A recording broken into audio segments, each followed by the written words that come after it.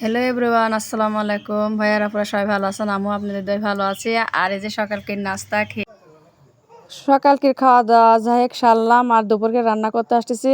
তে কচি কি রান্না করব, তে যে বনরা কচু, মানে যে বনরা কচু যেগুলি যে মাঠে মানে মাঠে তারপর পাড়ার মধ্যে যেখানে সেখানে হয়ে থাকে, ওই কচু কিনে আনিছি। আনিয়ে যে বলতেছে যে আজকে ঘাঁটবো। তে যাই হোক আমি বেনাইলাম, সব কিছু করলাম। তারপর এখন ছেলে বলতেছে আমি ইয়া করি, তেমন আচ্ছা তুমি ইয়া করো। তো যে ছেলেই হচ্ছে যে ঘাঁটতিছে, আর এই যে এখন সব জিনিসপাতি দিবে।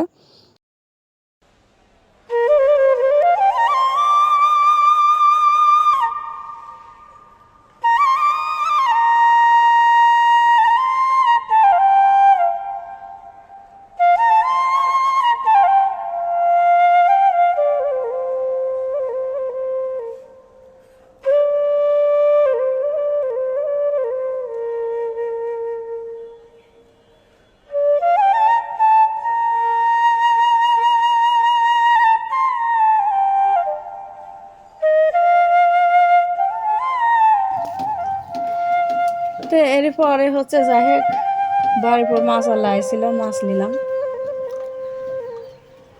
প্রথমে বলেছি যে নিব না, এই জন্য মনের রাগ হয়ে গেছে। কছে যে তাহলে থাকলে হয় লাগবে না। কয় আবার আমাদের আরেকটা বাড়ি আছে, ওই বাড়িতে গিয়েছিল, পরে ডেকে আনলাম। এদিকে যে গায়ে অ্যালার্জির জন্য মিরকি মাছ নিয়ে আইছিল, তো মিরকি মাছ নিলাম না, পাঙ্গাস মাছ নিলাম।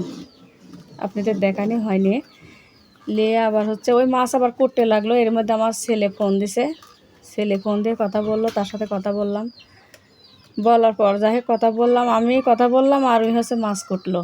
সে তো মাছ একটা পাতলা, একটা চিকন, একটা মোটা, তেরে বেড়ে করে কুটিছে। যাই হোক ওটার পর তারপরে যে রান্না করে মাছটা ধুই নাই, মাছ আছে সেই যেগুলি খারাপ, বুঝছেন, যেগুলি খারাপ সেগুলি রেখে দিয়েছি, ধোয়া হয়নি, ধুবো। এ দেখেন মাছের অবস্থা কি, কি মাছ কাটিছে কীরমভাবে। এ দেখেন পাতলা করেছে, যেটা পাতলা করছে, যেটি পাতলা, যেটি মোটা করছে মোটাতে। এই যে এই খারাপগুলি রেখে দিয়েছে, করছে এগুলি আজকে ভেজে হচ্ছে ওকে রান্না করে দেবো। আর বাদ বাকি হচ্ছে ফ্রিজে ঢুকাইছি।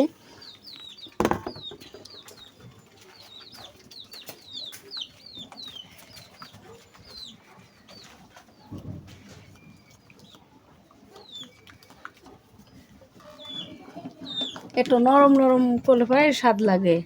এটা হচ্ছে লাল যে চড়ার হচ্ছে বনরা কচু আছে না, ওই বনরা মাছ মাখানো হয়ে গেছে। এখানে যে কচু ঘাটা, আর এখানে মাছ ভাজা হচ্ছে।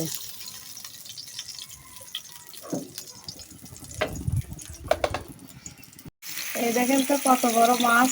এই মাছ আপনারা কে কে খাইছেন বলিয়েন কমেন্টে। কত বড় চাকা, কিন্তু একটা চাকা ছোট হয়েছে, ওই কাটতে পারে নাই, তো এই জন্য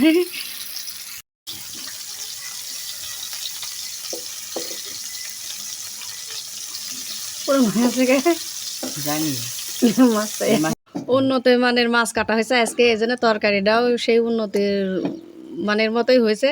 দেখেন তেমন কিন্তু আর মনে স্বাদ লাগবে না। মন মন রান্না করতেছে তো এই জন্য বেশি স্বাদ হবে, কম স্বাদ হবে, কম খাওয়া পরগানি বোঝা যাবে যে কিরম স্বাদ হয়েছে। এখানে দুধ দুধ ধুয়ে আমি এ দেখেন আদার গাছ লাগাইছি, আজ মানে 5-6 মাস হলো, বয়স হলো, কিন্তু আদার গাছ বাড়েনি। তে বলতেছি যে দেখো তো আদার নামিছে নাকি নিচে, তো দেখা যাক। গাছ বাড়েনি, ও আল্লাহ।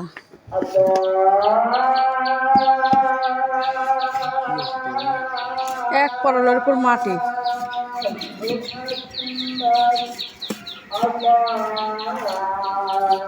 এটি হলো গেন্দা ফুলের গাছ। মন ওই যে ওই গাছটা, হ্যাঁ ওই গাছটা তুলি, ওই গাছটা তুলি এসে এইদিকে লাগা দিতে হবে, এরকম তো মরে যাবে। কিছু শীতের মধ্যে তো গেন্দা ফুল ফোটে। দেখা যাক আদা কিরকম নামিছে কি নামে নাই, আল্লাহ জানে। কি অবস্থা ফেললি মন, ওর গাছ ভাঙি ফেলা দিলে।